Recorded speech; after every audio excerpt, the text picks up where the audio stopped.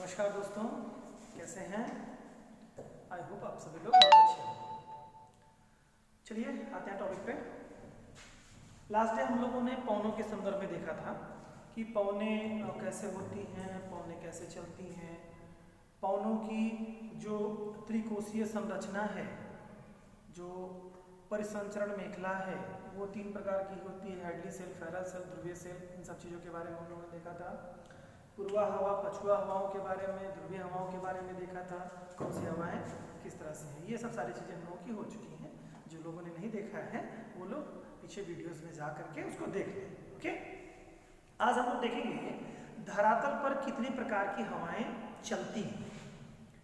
कितने प्रकार की धरातल पे हवाएं हैं। मूल रूप से तो हवाओं के बारे में आप लोगों ने देखा, जो हम लोगों ने देखा पूर्वी हवा यानी व्यापारिक हवा, पछुआ हवा और ध्रुवीय हवा। अगर हम देखें पूरे ग्लोब में तो ये मूल रूप से चलने वाली महत्वपूर्ण हवाएं हैं। लेकिन इसके अलावा और भी बहुत सारी हवाएं हैं जो कि स्थल विशेष पे, घाटियों में चलती हैं, या कहीं कहीं पे ऐसा होता है कि जहाँ की ऐसी कुछ संरचना, स्थलीय संरचना ऐसी होती है, रेगिस्तानी क्षेत्र है, पहाड़ी क्षेत्र है, तो वहाँ पर भी कुछ हवाएं लोकल स्तर पे बहुत छोटे हिस्से में, बहुत कम अक्षांशों पर उन हवाओं का विस्तार होता है, वो भी चलती हैं। तो आज हम लोग हवाओं के संदर्भ में देखेंगे हवाएं कितने प्रकार की होती हैं, या स्थल पर चलने वाली हवाओं को कितने प्रकार से बांटा गया है। तो मूल रूप से हम देखेंगे धरातल पर हवाएं जो चलती हैं उनको 3 भागों में यहाँ क्लासिफिकेशन किया गया है। धरातल पर पाई जाने हवाओं के प्रकार के बारे में देखें। एक तो होती है हमारी प्रचलित हवाएं, दूसरा होती है सामयिक हवाएं जो समय के साथ चलती हैं, और तीसरी होती है स्थानीय हवाएं। ठीक है, 3 तरह की हवाएं होती हैं। एक तो हमारी प्रचलित यानी कि प्रचलित में यानी कि जो रूटीन वे में चलती है, यानी पूर्वा, पछुआ और ध्रुवीय हवाएं हो गई। इसके अलावा सामयिक, समय के हिसाब से। सामयिक मतलब होता है कि होता क्या है कि देखिए सामयिक हवाएं चलती क्या, हवाओं के संदर्भ में आप लोगों को बहुत अच्छी तरीके से पता होगा। अभी तक का वीडियो जिन लोगों ने देखा वो डेफिनेटली बहुत अच्छी तरीके से जान चुके होंगे कि सूर्य बहुत बड़ा रोल अदा करता है। और सूर्य रोल अदा करता है का क्या मतलब, 2 ही कारण है हवाओं के चलने के लिए।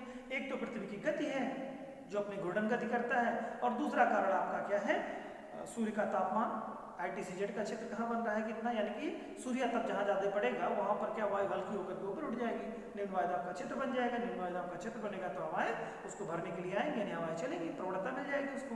ठीक है, तो उसी तरह से क्या है सामयिक पौने। आप देखते हैं कि 21 जून को सूर्य कर्क रेखा पर चमकता है और 22 दिसंबर को सूर्य मकर रेखा पर चमकता है। तो इसका मतलब सूर्य क्या होता है, गतिशील होता है, कर्क रेखा से मकर रेखा के मध्य यह गति करता रहता है। तो जब सूर्य उत्तरायण होगा यानी उत्तरी गोलार्ध में होगा तो उत्तरी हिस्से में कुछ ऐसी स्थितियां बनेंगी कि जहां पर गर्मी बनेगी वहां निम्न वायुदाब का क्षेत्र बनेगा, हवाएं उधर को चलेंगी। उसी तरह से दक्षिणी गोलार्ध में जब आएगा तो वहां की कुछ स्थितियां परिवर्तित होंगी। हालांकि आप जानते हैं दक्षिणी गोलार्ध में ज्यादा इफेक्ट नहीं पड़ पाता है, कारण क्या, वहां पे स्थल की कमी है। जहां पर स्थल और जल होगा वहां पर सूर्य के उत्तरायण और दक्षिणायन होने की स्थिति का ज्यादा प्रभाव पड़ेगा। तो ये मोस्टली आपका उत्तरी गोलार्ध में ज्यादा इसका असर पड़ता है। कारण क्या है, वहां पर स्थल और जल की अधिकता है, मतलब दोनों का कॉम्बिनेशन है, दोनों हैं। तो जब स्थल क्या होगा, धरातल पर सूर्य की किरणें पड़ेंगी तो ज्यादा गर्म हो जाएगा, और ज्यादा गर्म हो जाएगा तो निम्न वायुदाब का क्षेत्र बन जाएगा, और निम्न वायुदाब का क्षेत्र बनेगा तो डेफिनेटली हवाएं वहां को आएंगी जहां पर निम्न वायुदाब होगा। ठीक है, तो इसके संदर्भ में समझेंगे। यानी कि सामयिक पौने हैं, ये सामयिक पौने यानी कि सूर्य के उत्तरायण और दक्षिणायन होने के साथ साथ जो हवाएं चलती हैं। ठीक है, इसके बारे में है। और इसके अलावा स्थानीय पौने हैं जो स्पेशली एक क्षेत्र विशेष में चलती हैं, जैसे पहाड़ी क्षेत्र हो, पर्वतीय क्षेत्र हो, है ना, तो रेगिस्तानी क्षेत्र हो, इस तरह के होते हैं। आज वाले वीडियो में हम लोग मूल रूप से देखेंगे प्रचलित पौनों के बारे में और सामयिक पौनों के बारे में। अगले वीडियोस में हम लोग देखेंगे स्थानीय पौनों के संदर्भ में। ठीक है, तो स्थानीय पौने भी 2 प्रकार की होती हैं, एक तो गर्म पौने और ठंडी पौने। ध्रुवीय क्षेत्रों से जो चलेंगी वो ठंडी पौने होंगी, और जो रेगिस्तानी गर्म वाले क्षेत्रों से चलेंगे गर्म पौने होंगे। तो उसके बारे में हम लोग नेक्स्ट वीडियो में चर्चा करेंगे। तो यहाँ पर मैंने बता दिया गर्म हवाएं और ठंडी हवाएं। ठीक है, तो ये लोकल स्तर पर कहीं पर्टिकुलर चलती हैं। आज हम लोग देखेंगे प्रचलित पौने और सामयिक पौनों के बारे में। प्रचलित पौनों के बारे में आप लोग लास्ट वीडियोस में देख चुके हैं, पढ़ चुके हैं। उसमें हम लोगों ने देखा था व्यापारिक पौने, पूर्वा पौने या सन्मार्गी पौने, या इन्हीं को इंग्लिश में ट्रेड विंड्स भी कहते हैं, ये होती हैं। इनका जो क्षेत्र होता है उष्णकटिबंधीय क्षेत्र है 30 से 35 डिग्री उत्तरी अक्षांश से लेकर के और आपका कर्क रेखा के मध्य में जो विषुवत रेखा के मध्य जो चलती है, दोनों गोलार्धों में आप देखेंगे, उनके बारे में आपने लास्ट वीडियो में बहुत डिटेल हम लोगों ने बात की है। आज यहाँ संक्षिप्त इसके विषय में हम लोग बात करेंगे। तो क्या चलती है ये 30 से 35 डिग्री से लेकर के उत्तरी और दक्षिणी से लेकर के आपका डोलड्रम वाले क्षेत्रों तक आती है, यानी कि इक्वेटर के पास आती है, भूमध्य रेखा के पास आती है। ठीक है, उन क्षेत्रों में चलती है जो हवाएं वो क्या होती हैं, पूर्वा हवाएं या व्यापारिक हवाएं या संमार्गीय हवाएं या ट्रेड विंड्स के नाम से जानते हैं। ठीक है, देन इसके बाद में 35 डिग्री उत्तर और दक्षिण से लेकर के 60 डिग्री उत्तर और दक्षिण के मध्य में जो हवाएं चलती हैं वो पछुआ हवाएं होती हैं। ठीक है, और देन इसके बाद में 65 डिग्री से लेकर के 80 डिग्री से लेकर के 65 डिग्री के मध्य में जो हवाएं चलती हैं उत्तरी और दक्षिणी गोलार्ध में वो ध्रुवीय हवाएं कहलाती हैं। ये दोनों डिटेल ये प्रचलित हवाएं कहलाती हैं। ठीक है, ये सिस्टम मतलब जो है ये साल भर मतलब पूरे वर्ष भर ये अनावरत अपनी कंडीशन को बनाए रखती है। अब इन्हीं क्षेत्रों में यानी कि कौन से क्षेत्रों में, यानी पूर्वा हवाओं के क्षेत्र में, पछुआ हवाओं के क्षेत्र में अगर स्थलीय या ध्रुवीय क्षेत्रों में, पवनों के क्षेत्रों में जहां पर स्थल जल की अधिकता होगी, स्थल होगा जल होगा, डेफिनेटली इस क्षेत्र में भी होगा, यानी पूर्वा हवाओं के क्षेत्र में, यानी कि 0 से 35 डिग्री के मध्य के हिस्से में उत्तरी दक्षिणी और 35 से लेकर 60 डिग्री उत्तरी और दक्षिणी और फिर उसके बाद में आपका 80 डिग्री तक उधर के हिस्से में, दोनों हिस्सों में क्या होगा, स्थल और जल होगा ना। तो डेफिनेटली देखिए क्या होता है कि एक खासियत आप जान लीजिए, स्थल की खासियत होती है कि जल्दी गर्म होता है जल्दी ठंडा होता है, और जलीय क्षेत्र की खासियत होती है, यानी समुद्री क्षेत्र की, महासागरीय क्षेत्र की खासियत होती है कि देर में गर्म और देर में ठंडा। तो जब देर में गर्म होगा देर में ठंडा होगा तो उसका एक अपना असर होगा, ये चीज आप ध्यान में रखिएगा। तो यानी कि प्रचलित पवनों वाले जो क्षेत्र हैं उन्हीं क्षेत्रों में स्थल की और जल की अधिकता के आधार पर कुछ हवाएं, सामयिक हवाएं मिलती हैं, चलती रहती हैं। इसमें असर होता है क्या, अब क्या होता है कि स्थलीय क्षेत्र है या जलीय क्षेत्र है, इनमें असर तभी पड़ता है जब सूर्य उस क्षेत्र विशेष में आए या उस क्षेत्र विशेष में ना आए। आप जानते हैं कि 6 महीने सूर्य उत्तरायण रहते हैं और 6 महीने सूर्य दक्षिणायन रहते हैं। 21 मार्च से लेकर के 23 सितंबर तक सूर्य उत्तरायण की स्थिति में रहते हैं और 23 सितंबर से लेकर के फिर 21 मार्च तक क्या वो दक्षिणायन की स्थिति में रहते हैं, यानी दक्षिणी गोलार्ध में रहते हैं। तो जब ये 6 महीने सूरज उत्तर के हिस्से में रहेगा और 6 महीने सूरज क्या दक्षिण के हिस्से में रहेगा, इसका असर पड़ेगा।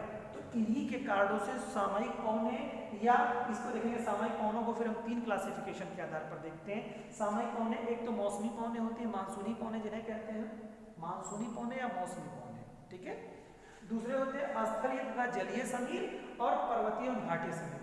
यह जो तीनों हवाएं आपकी हैं इसमें सूर्य का ही सबसे बड़ा रोल है। सूर्य जहां जाएंगे वहां पर निम्न वायुदाब आपका क्षेत्र बना देंगे, जहां पर उनकी किरणें सीधी पड़ेंगी और वहां को हवाएं आएंगी। ठीक है, तो आज हम लोग इसी की डिटेल करेंगे बेटा। देखते हैं सामयिक पवनों में क्या होता है। एक्चुअल में क्या होता है कि आपने ग्लोब पे देखा होगा कि भारत की जलवायु के बारे में, हम लोग भारतीय हैं तो थोड़ा इसके बारे में, भारत की जलवायु सबसे आदर्श जलवायु, एक बात आप जान लीजिए, सामयिक पवनों के जो सबसे अच्छे उदाहरण मिलते हैं वह दक्षिण पूर्व एशियाई क्षेत्रों में ही मिलते हैं। मानसूनी पवनें यही चलती हैं, बाकी और किसी कंट्री में आप देखेंगे तो वहाँ पर हवाएं तो चलती हैं, लेकिन मानसूनी पवनों का असर सिर्फ यहीं और यही देखने को मिलता है। और ये अगर मानसूनी पवनें अगर ना होती तो आज भारत की जो वर्तमान कृषि प्रधान देश की जो अर्थव्यवस्था हमारी है वो शायद इतनी अच्छी नहीं हो पाती। हम लोग इसमें भी चर्चा करेंगे, फिर उसके बाद में आगे के टॉप में एल नीनो ला नीनो के बारे में भी देखेंगे, दक्षिणी दोलन जो क्या है ये स्थिति भी हम लोग देखेंगे। लेकिन आज हम लोग बात करते हैं मानसूनी पवनों की। तो मानसूनी पवनों के बारे में मैंने आपको बताया 21 मार्च को सूर्य उत्तरायण की स्थिति में पहुंचते हैं, गोलार्ध में, उत्तरी गोलार्ध में प्रवेश करते हैं और 21 जून को क्या होता है कर्क रेखा पर सीधे चमकते हैं और 23 सितंबर तक ये बने रहते हैं। ठीक है, फिर पुनः वो कर्क रेखा पर, भूमध्य रेखा पर आते हैं और दक्षिणी गोलार्ध की तरफ जाएंगे। तो आप जान लीजिए मानसूनी पवनों की खासियत होती है कि ये 6 माह तक इनके चलने की दिशा परिवर्तित रहती है। अब परिवर्तित रहती है का क्या मतलब है, जब सूरज उत्तरी गोलार्ध में जाएंगे तो आप जानते हैं एक बात, उत्तरी गोलार्ध में स्थल की क्या है अधिकता है। स्थल की अधिकता होगी तो मैंने अभी आपको बताया कि जब सूर्य की किरणें स्थल और जल दोनों पे पड़ती है तो सबसे ज्यादा पहले जो गर्म होता है वो क्या, स्थल गर्म हो जाता है। और भारत के संदर्भ में एक चीज आप जान लीजिए, भारत का जो दक्षिणी हिस्सा है वो क्या है, प्रायद्वीपीय पठार है। तो प्रायद्वीपीय पठार जो है आपका वो मूल रूप से क्या है, पठारी हिस्सा होता है, यानी कि वो ऊंचा हिस्सा होता है। और ऊंचे हिस्से जब होंगे तो यानी कि काफी हद तक जो हिस्सा है वो आप देखते हैं कि काली मिट्टी वाला क्षेत्र मिलता है, ठीक है, काली मिट्टी का क्षेत्र है। तो यहाँ पर क्या सूर्य की किरणें इजिली बहुत आसानी से मतलब तो आपका उत्तरायण की स्थिति भी रहती है, सीधी पड़ती भी है, तो खूब गर्मी अचीव करता है। तो निम्न वायुदाब का क्षेत्र जो है बन जाता है कहाँ पे बेटा, उत्तरी गोलार्ध में, ठीक है, उत्तरी गोलार्ध के भारत वाले हिस्से में। तो लगभग 6 माह तक ये क्या स्थिति होती है कि हमेशा गर्मी बनी रहती है और वहां पर निम्न वायुदाब का क्षेत्र बना रहता है। तो लगभग करीब में 6 महीने हवाएं उधर को चलती हैं, किधर को, सागरीय क्षेत्र से यानी कि हिंद महासागर से भारत की तरफ चलती हैं। और भारत ना कहें क्योंकि उसके भारत से मिले हुए बहुत सारे कंट्रीज आपको मिलेंगे, जैसे आपको श्रीलंका मिल जाएगा, नीचे के हिस्से में आएंगे तो मालदीव से लेकर के श्रीलंका आपको है, भूटान है आपका, म्यांमार है, पाकिस्तान है, नेपाल है ना, इस तरह के। फिर उसके बाद आप दक्षिण पूर्व एशिया में चले जाएंगे तो यहाँ तरह के बहुत सारे आपके कंट्रीज आपको मिल जाएंगे। पूरे टोटल हिस्से जो आपके क्या करते हैं कि सूर्य जब उत्तरायण रहता है तो ये हिस्से गर्म रहते हैं, तो यहाँ पर निम्न वायुदाब का क्षेत्र बनता है। निम्न वायुदाब का क्षेत्र बनने के कारण हवाएं सागर से स्थल की तरफ चलती है, ठीक है। तो यहाँ पर देखिए कुछ बातें हमने देखिए कर, और ये देखिए मानसूनी हवाएं जो चलती हैं इनका जो क्षेत्र होता है ये हमेशा कर्क और मकर रेखा के मध्य होती है, यानी कि इनका जो हिस्सा बनेगा वो पूर्वा हवाओं के जो क्षेत्र हैं, व्यापारिक हवाओं के क्षेत्र हैं, इन्हीं में ही पड़ेगा, ठीक है। आगे के टॉपिक में जब मानसून हम पढ़ाएंगे तो मानसून में इस बात के बारे में हम बाई फिगर आपको बहुत अच्छी तरीके से इसको बताएंगे, लेकिन ये बातें अभी यहाँ पर आप ध्यान रखिए। तो क्या होता है, कर्क और मकर रेखा के मध्य के हिस्से में ऊष्मा सबसे ज्यादा मिलती है, तो इन्हीं हिस्सों में ही मानसूनी पवनों का जन्म होता है, आविर्भाव होता है। और हवाएं आपकी सागरीय हिस्सों से स्थलीय हिस्सों की तरफ चलती हैं, क्योंकि इससे स्थल वाले गर्म ज्यादा हो जाते हैं, निम्न वायुदाब का क्षेत्र बनता है। तो हवाएं 6 महीने की जो कंडीशन बनती है, ग्रीष्म ऋतु का जो महीना होता है, ग्रीष्म ऋतु में वही आप समझ रहे हैं 21 मार्च से लेकर के सितंबर तक का महीना, यानी मार्च से सितंबर ऐसे समझिए, या अप्रैल से आप सितंबर तक का महीना समझिए। ये क्या होता है कि उत्तरी गोलार्ध में सूर्य चमकते हैं, और उत्तरी गोलार्ध में जब सूर्य चमकते हैं तो यानी स्थल गर्म रहता है। तो 6 माह तक क्या होता है, महासागरीय क्षेत्रों से महाद्वीपों की तरफ या कहिए महासागर से स्थल की तरफ हवाएं चलती हैं 6 माह तक। यही आपकी जो हवाएं हैं, आपकी हवाएं जो ग्लोब में आपने देखा था, मैं थोड़ा आपको बता दूं, यहाँ पर आपने ये देखा था कि ये जो आपका इक्वेटर है, इक्वेटर के बाद के हिस्से में हम यहाँ बात कर रहे हैं। यहाँ पे अगर इस हिस्से में भारत की जो स्थिति बनती है कमोबेश ऐसे बनती है, ये भारत आपका इसी गोलार्ध में पड़ेगा।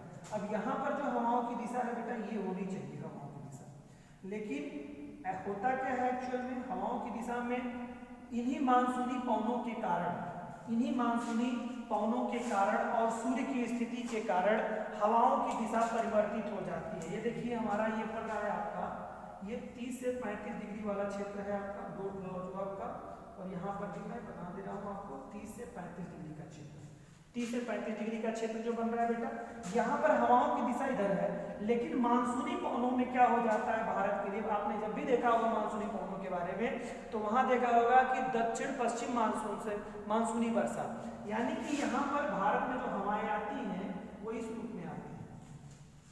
हवाओं की दिशा यहाँ पर, यानी कि ये जो पूर्वा हवा या व्यापारिक हवा है, यहाँ इसकी हवा की दिशा बदल जाती है। कैसे बदलती है तो आप यहाँ पे समझिएगा। इसमें देखिए होता क्या है कि हवाओं की दिशा होती है एक्चुअल में इधर से इधर, इधर से इधर, ये आपका 0 डिग्री है, ठीक है, ये 0 डिग्री चांस वाला बेटा, इधर से इधर होती है, लेकिन हवा क्या हो जाती है यहाँ पर अपोजिट हो जाती है, अपोजिट हो जाती है। तभी तो होगा, क्योंकि ये दिशा अगर देखेंगे, ये आपका उत्तर है, ये दक्षिण है, ये पूरब है और ये पश्चिम है, तो हवा आती कहाँ से है, उत्तर पूरब से आपकी आती है। एक्चुअल में व्यापारिक हवाओं की दिशा किधर होगी, दक्षिण पश्चिम की तरफ होगी, लेकिन यहाँ पर मानसूनी पवनों में भारत के संदर्भ में अगर हम देखें या दक्षिण पूर्व एशिया या दक्षिण एशिया के संदर्भ में देखें, तो हवाओं की दिशा क्या हो जाती है, अपोजिट हो जाती है। हवाएं कहाँ से चलने लगती हैं, यहाँ पर दक्षिण पश्चिम से उत्तर पूर्व की ओर चलने लगती है। ठीक है, तो ये होता क्यों है, क्योंकि सूर्य जो है उत्तरायण जब रहते हैं तो भारत वाले हिस्से को काफ़ी गर्म कर देते हैं, या भारत के आसपास के जो कंट्रीज हैं उनको खूब ज़्यादा गर्म कर देते हैं, तो हवाएं महासागरों से स्थल की तरफ चलती हैं। तो 6 माह तक हवाएं क्या होती हैं, जल से स्थल की तरफ चलती हैं या महासागर से स्थल की ओर चलती हैं। ठीक है, तो ये होता है 6 माह तक की जो स्थिति इनकी बनती है, यानी ग्रीष्म ऋतु में क्या होता है, समुद्र से महाद्वीप की तरफ या महाद्वीप या स्थल कहीं स्थल की ओर चलती है। ठीक है, इसी तरह से 6 माह जो शीत ऋतु आती है तब सूरज क्या हो जाते हैं बच्चा, दक्षिणायन हो जाते हैं, यानी कि उत्तरी गोलार्ध में। ध्यान समझिएगा, दक्षिणायन हो जाएगी जब सूरज सितंबर के महीने में 23 सितंबर के बाद सूरज जो है दक्षिण की तरफ चले आते हैं, दक्षिण गोलार्ध की तरफ चले आते हैं, और ये बने कब तक रहते हैं, मार्च के महीने तक। ठीक है, तो यानी कि दक्षिणी हिस्सा गर्म होगा। अब उत्तरी हिस्से में क्या होगा कि स्थल को गर्मी नहीं मिल रही होगी, तो स्थल को जब गर्मी नहीं मिलेगी, उत्तरी गोलार्ध में नहीं मिलेगी गर्मी, तो क्या होगा, इसका मतलब ये है कि स्थल बहुत गर्म नहीं होगा। और आप जानते हैं सागर की क्वालिटी है, ये अपना टेम्परेचर बहुत ज़्यादा ना तो घटाता है ना ही बहुत ज़्यादा बढ़ाता है, यानी इसका मॉडरेट टेम्परेचर बना रहता है। तो उस समय 6 महीने तक क्या होगा, हवाएं जो हैं स्थल से जल की तरफ चलेंगी, यानी कि जो व्यापारिक हवाओं की एक्चुअल जो दिशा थी वो मेंटेन हो जाएगी। समझ गए होंगे मेरे ख्याल से बात को। ठीक है, तो 6 माह तक क्या होता है, शीत ऋतु के मौसम में आपका क्या होता है, स्थल से समुद्र की तरफ हवाएं चलती हैं। ये जो आदर्श स्थिति देखने को मिलती है, ये दक्षिण और दक्षिण पूर्व एशियाई जो हिस्से हैं हमारे कंट्री में, या कहिए हिंद महासागर वाले हिस्से में। ठीक है, हिंद महासागर वाले हिस्से आदर्श स्थिति पाई जाती है। तो ये बात ध्यान रखिएगा कि मानसूनी पौने मूल रूप से कहाँ मिलती हैं, तो आप दक्षिण और दक्षिण पूर्व एशिया कहिएगा या भारत कह सकते हैं, जैसा क्वेश्चन आपसे पूछा हो, और किस महासागर में मूल रूप से प्रभावशाली होती हैं, तो हिंद महासागर वाले हिस्से में। बाकी मानसून जब भारतीय मानसून पढ़ाएंगे तो वहाँ पे इस पर विशेष चर्चा करेंगे। ठीक है, तो ये तो हो गया आपका मानसूनी पौनों के बारे में, आई थिंक आप लोग समझ गए होंगे। अब थोड़ा सा बात करते हैं स्थल समीर के बारे में और जल समीर। स्थल और जल समीर, अब स्थल और जल समीर क्या है, ये थोड़े छोटे हिस्से हैं। यहाँ पर बात हम लोगों ने मानसूनी पौनों की बात की, तो ये कई अक्षांशों को कवर करने वाले हिस्से की बात की। अब हम लोग बात करेंगे पर्टिकुलर छोटे हिस्से के बारे में। अक्सर देखिए क्या होता है कि जितने भी समुद्र के पास के हिस्से हैं, जितने भी शहर हैं समुद्र के पास के शहर, वो वहाँ की जलवायु हमेशा मॉडरेट रहती है। वहाँ पर ना तो सब अधिक गर्मी पड़े ना ही अधिक ठंडी पड़े, वहाँ पर औसत टेम्परेचर बना रहता है। इसमें क्या कारण है कि ऐसा टेम्परेचर हमेशा बना रहता है? वहाँ पर क्या होता है, उन्हीं हिस्सों में कुछ ऐसे समय होते हैं दिन का समय और रात का समय। यहाँ पर क्या होगा, स्थल से जल की तरफ और जल से स्थल की तरफ हवाएं चलेंगी। यहाँ पे फिर वही सूर्य का रोल आ जाएगा। अब आप बताइए जरा हमको, कोई दो हिस्से हैं, स्थलीय हिस्सा है और जलीय हिस्सा है। तो सूर्य का जब टेम्परेचर पड़ेगा, दिन हो गया, सूर्य का टेम्परेचर पड़ेगा जल और स्थल दोनों पे, तो सबसे पहले गर्म कौन होगा, स्थल। डेफिनेटली स्थल गर्म होगा। स्थल जब गर्म होगा तो निम्न वायुदाब क्षेत्र कहाँ बनेगा, स्थल पे। तो दिन के समय में सूर्य निकला, स्थल को गर्म किया, तो निम्न वायुदाब का क्षेत्र कहाँ बना, स्थल में बना। तो सागरीय क्षेत्र मतलब हवाएं कहाँ से चलेंगी, जलीय क्षेत्र से, यानी महासागरों से स्थल की तरफ। तो कहा जाए कि दिन के समय में हमारी हवाएं कहाँ से, मतलब सागर से स्थल की तरफ हवाएं चलती हैं या स्थल से सागर की तरफ। तो दिन के मौसम में बेटा क्या हो जाएगा, जल से स्थल की तरफ हवाएं चलेंगी। मूल रूप से कब ये समय होता है, आपको समय भी थोड़ा मेंशन करके बता दूं।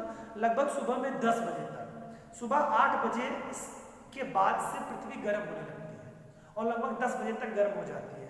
तो लगभग सुबह 10 बजे से लगभग औसतन आप करें 10 बजे से लेकर और सूर्यास्त तक की स्थिति में क्या होता है, समुद्र से स्थल की तरफ हवाएं चलती हैं, समुद्र से स्थल की तरफ हवाएं चलती हैं, ये स्थिति बनती है।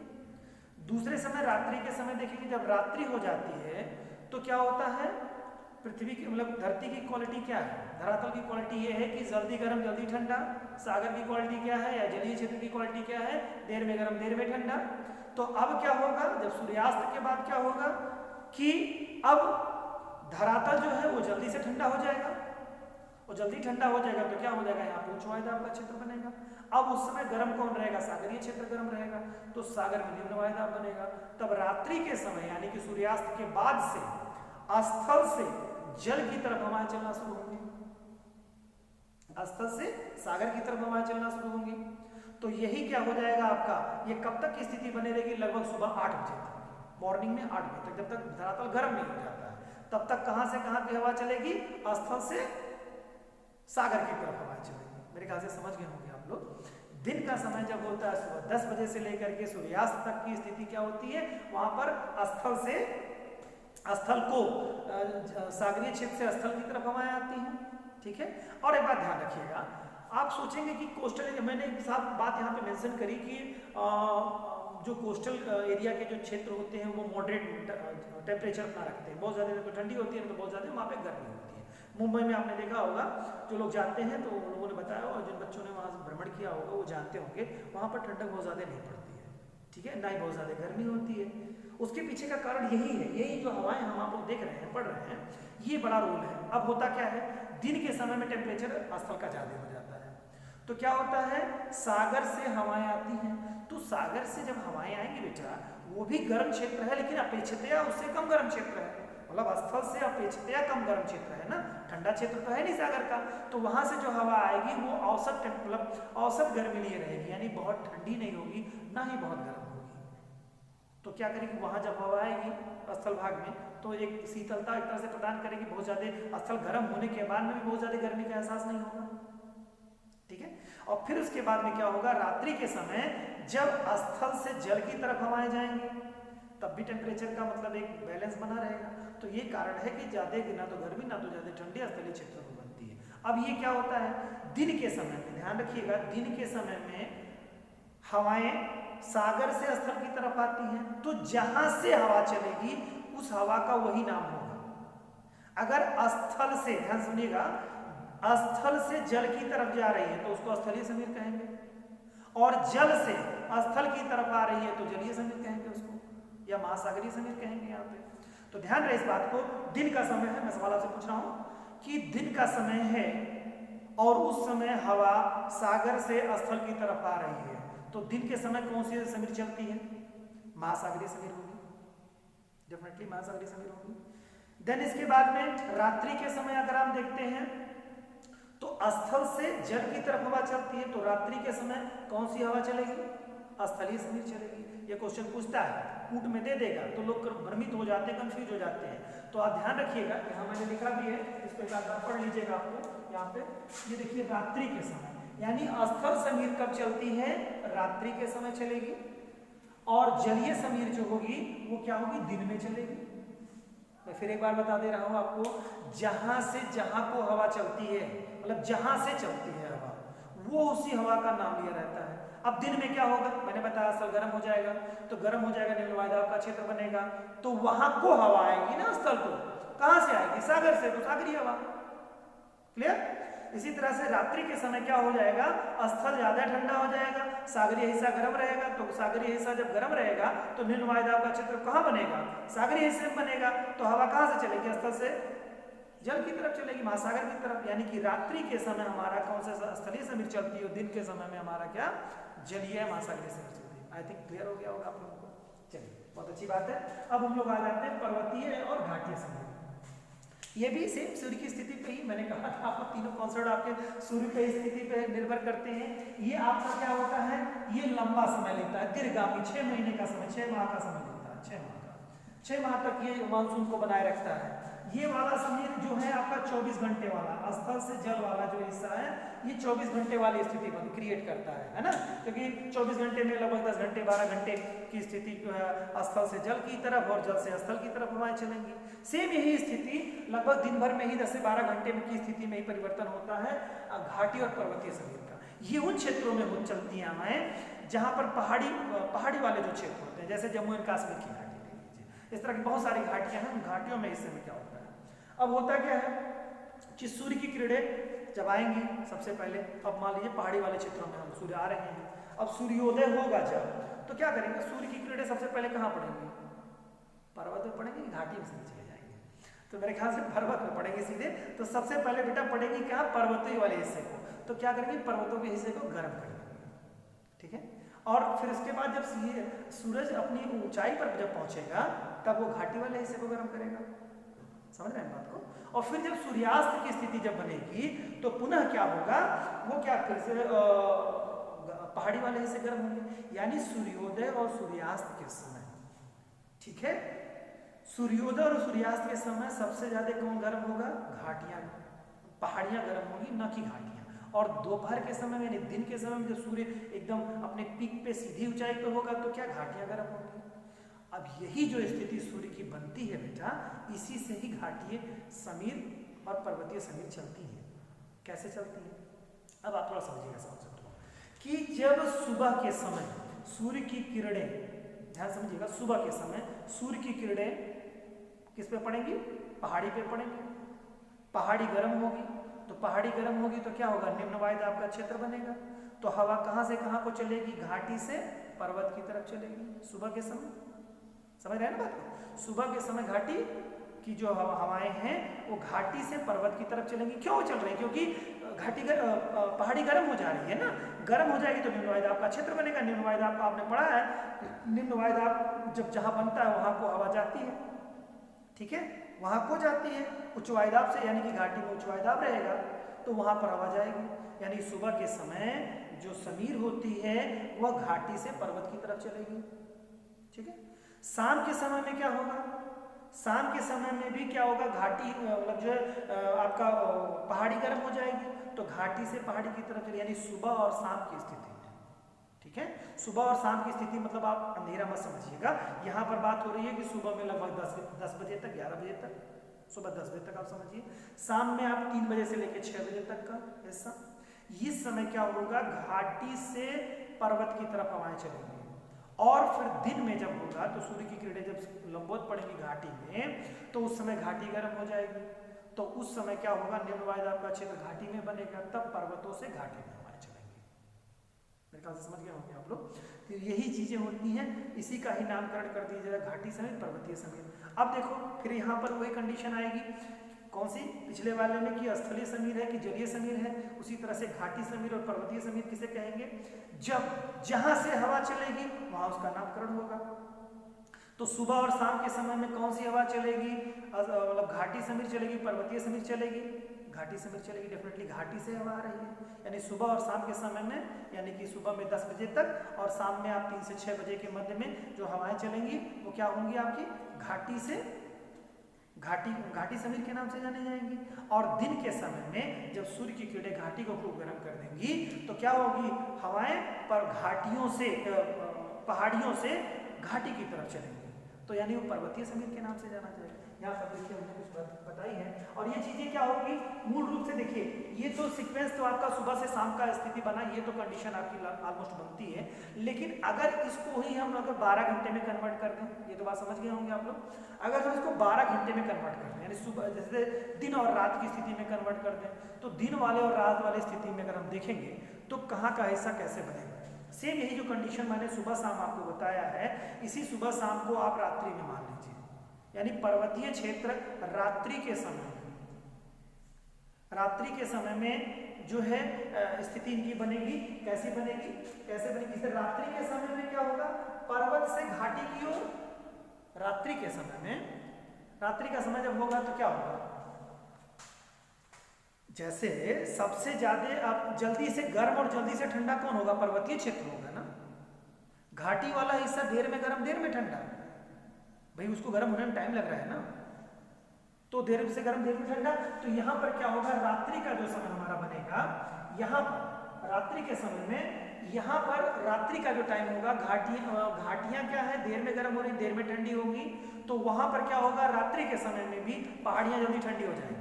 पहाड़ देखिए 2 कार्ड है, 2-3 कार्ड इसमें है, एक तो आपने समान ताप ह्रास दर भी पढ़ा होगा, समान ताप ह्रास दर में भी आप देखते हैं तो क्या होता है, ऊंचाई पे जाने पर टेम्परेचर घटता है, तो रात्रि के समय में टेम्परेचर भी, आप वैसे भी टेम्परेचर कम होता है ऊंचाई पे जाने पर, और रात्रि के समय टेम्परेचर क्या हो जाएगा, ज्यादा ठंडा कहाँ, पहाड़ी का हो जाएगा ना, तो टेम्परेचर वहां का ज्यादा ठंडा हो जाएगा, तो गर्मी कहाँ रहेगी, घाटी में, तो रात्रि के समय कहाँ से चलेगी, पर्वतीय समीर चलेगी ना, पर्वत से कहाँ को आएगी, स्थल की तरफ आएगी, निम्न वायुदाब का क्षेत्र यहाँ रहेगा।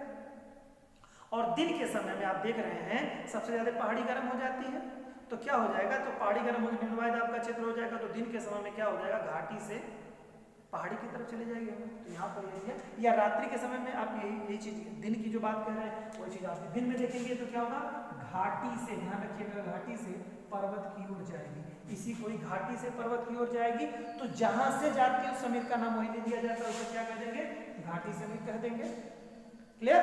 और देन इसके बाद रात्रि के समय में क्या होता है, पर्वतों से घाटी की तरफ आती है हवा, तो इसको पर्वतीय समीर नाम दे देंगे। आप वीडियो को एक दो बार देख लीजिएगा रिवाइज करके, आपको सारे कॉन्सेप्ट बहुत अच्छी तरीके से समझ में आ जाएंगे बेटा। आज हम लोगों ने देखा मानसूनी कौन है, स्थल समीर और पर्वतीय समीर के बारे में। आई होप आप लोग समझ गए होंगे, अच्छा लगा होगा तो आप उसको लाइक करिए, सब्सक्राइब करिए और इसको रिवाइज करिए। ये मेंस के दृष्टिकोण के पॉइंट ऑफ व्यू से बहुत ही महत्वपूर्ण है। इसी को एडियाबेटिक इफेक्ट भी कहते हैं। बहुत सारे इंपॉर्टेंट इसमें फैक्ट आएंगे आपको, इसमें से आप लोगों को आगे चल करके कुछ और भी डिटेल हम लोग आप लोगों को बताएंगे घाटी समीर पर्वतीय समीर के संदर्भ में। लेकिन इतना ही अभी इस वीडियो में, आगे के लिए फिर जब मेंस की प्रिपरेशन करेंगे आप लोग तो उसमें और भी डिटेल हम लोग बताएंगे। Okay, thank you.